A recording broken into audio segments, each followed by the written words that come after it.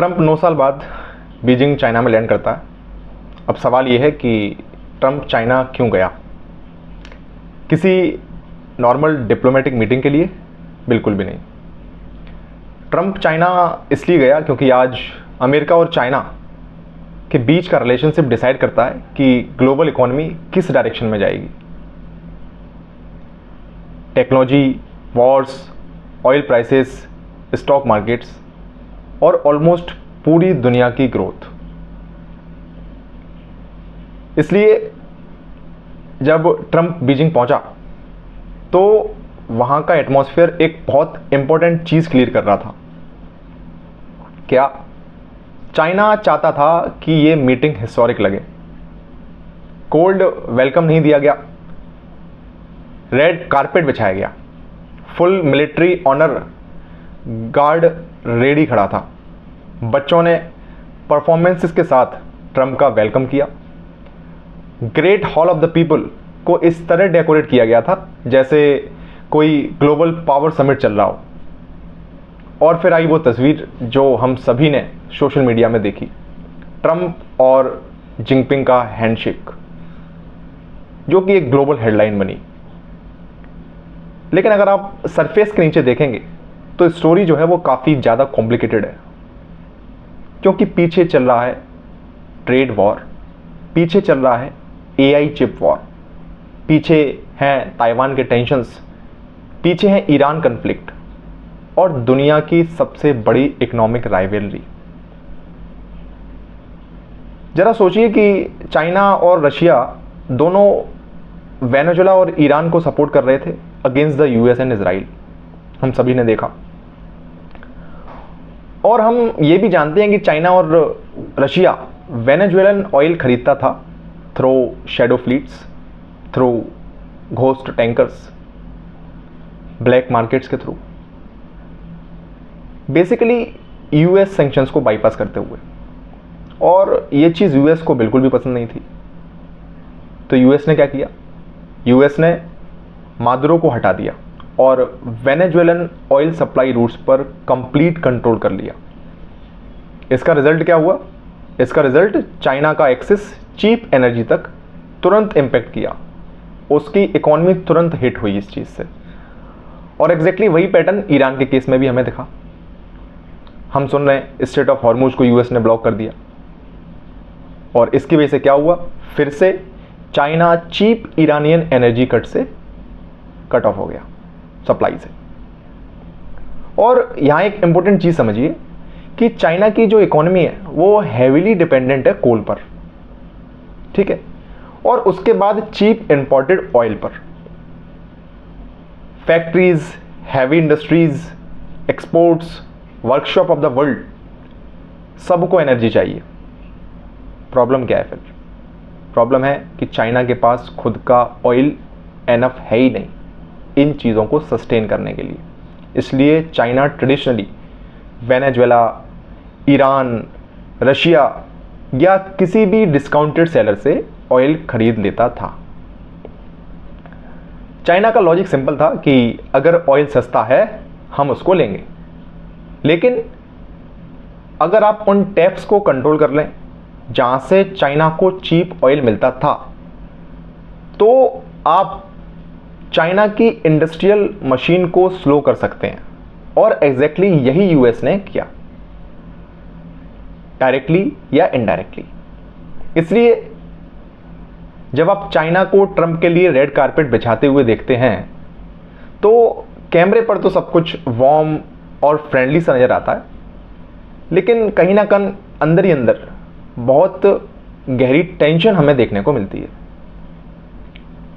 मतलब जब Trump great hall में एंटर हुए तो उन्होंने सबसे पहले चाइना की वेलकम सेरेमनी की तारीफ़ की।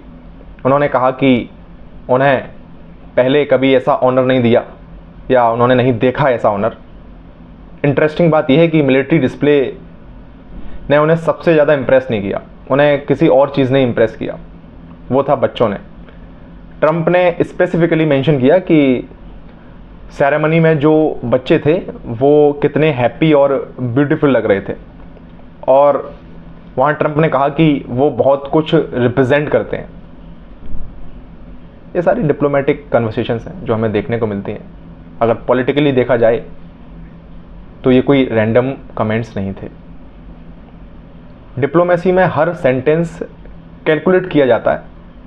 चाइना ने विजुअल्स को केयरफुली डिज़ाइन किया था और इन विजुअल्स के पीछे एक सिंपल मैसेज था कि हम एग्रेसिव सुपर पावर नहीं हैं, हम एक स्टेबल सिविलाइजेशन है, एक डिसिप्लिन्ड नेशन है, एक कॉन्फिडेंट कंट्री है।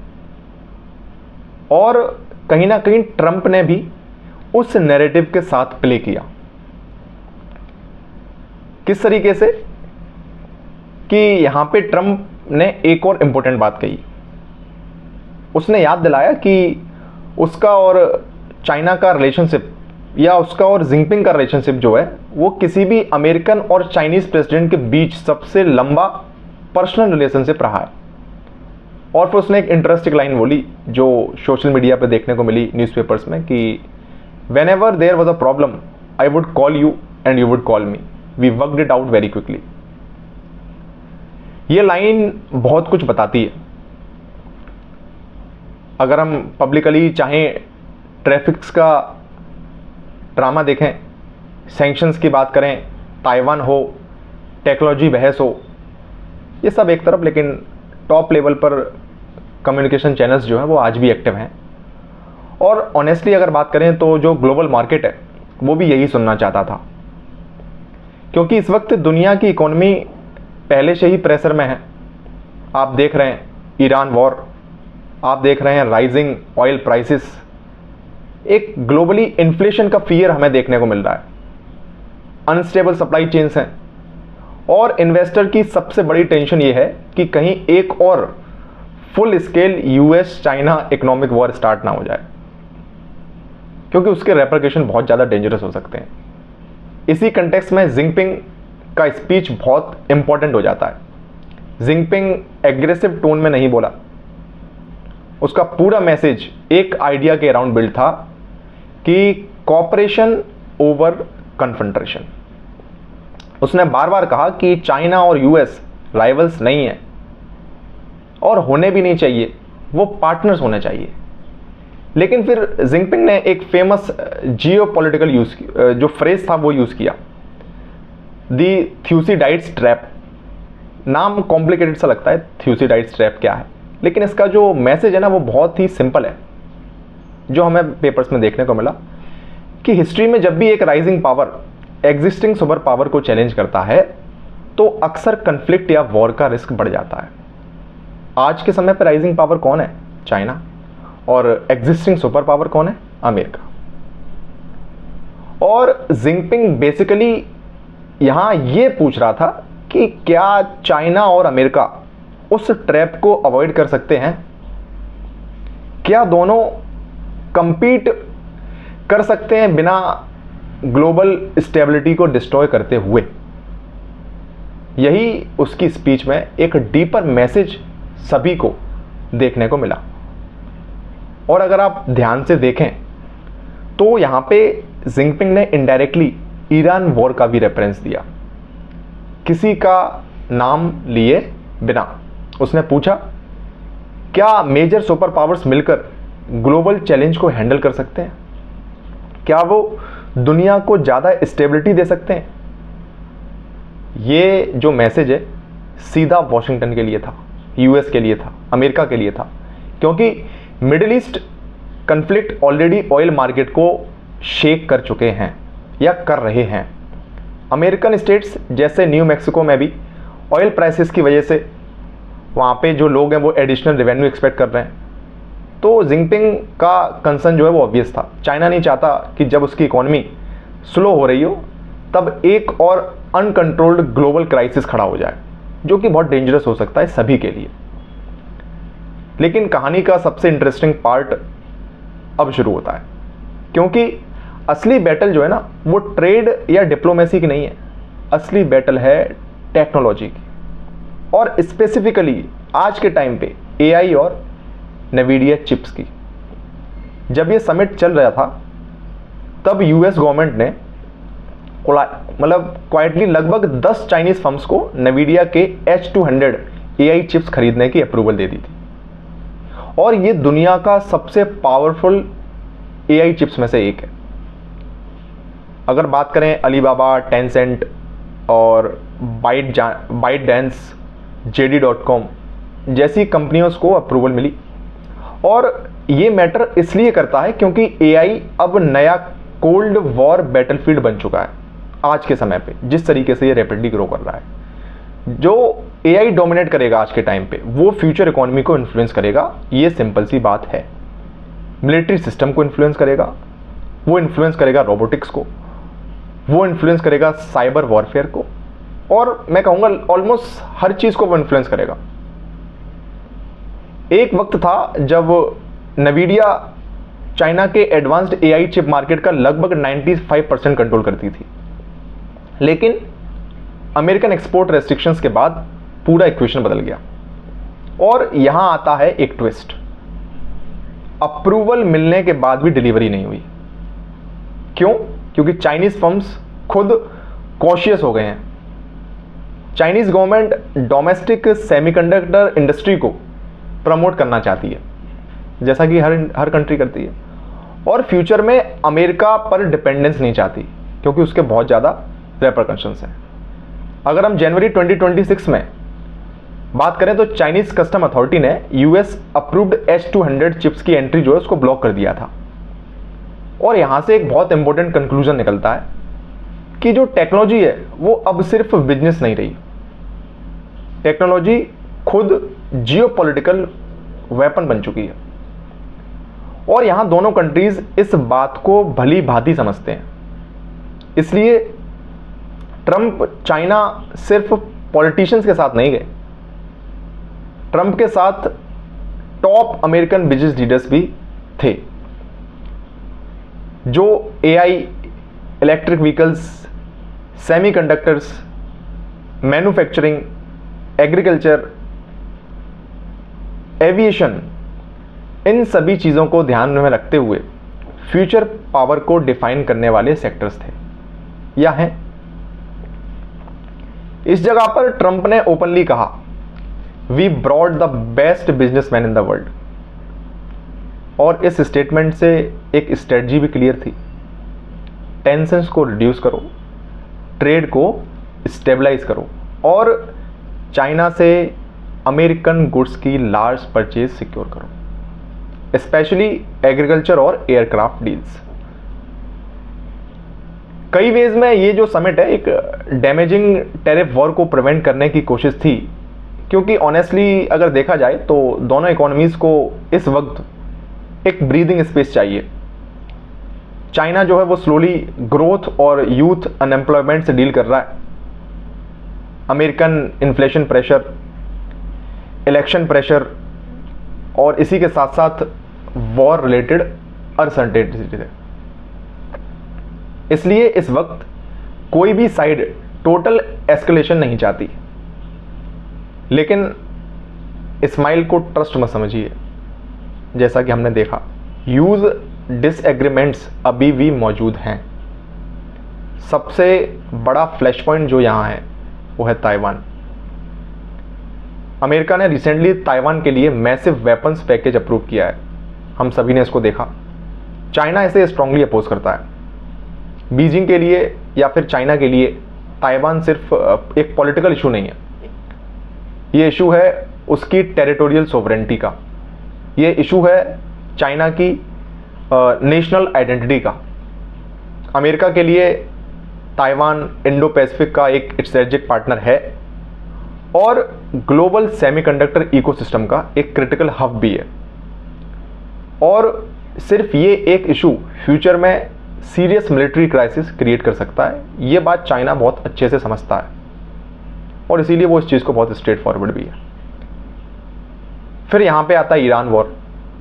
ट्रंप ने पब्लिक रिमार्क्स में चाइना के साथ ईरान को लेकर डिसएग्रीमेंट मेंशन नहीं किए, लेकिन क्लोज डोर डिस्कशन में ये इशू डेफिनेटली मौजूद था और होना भी चाहिए।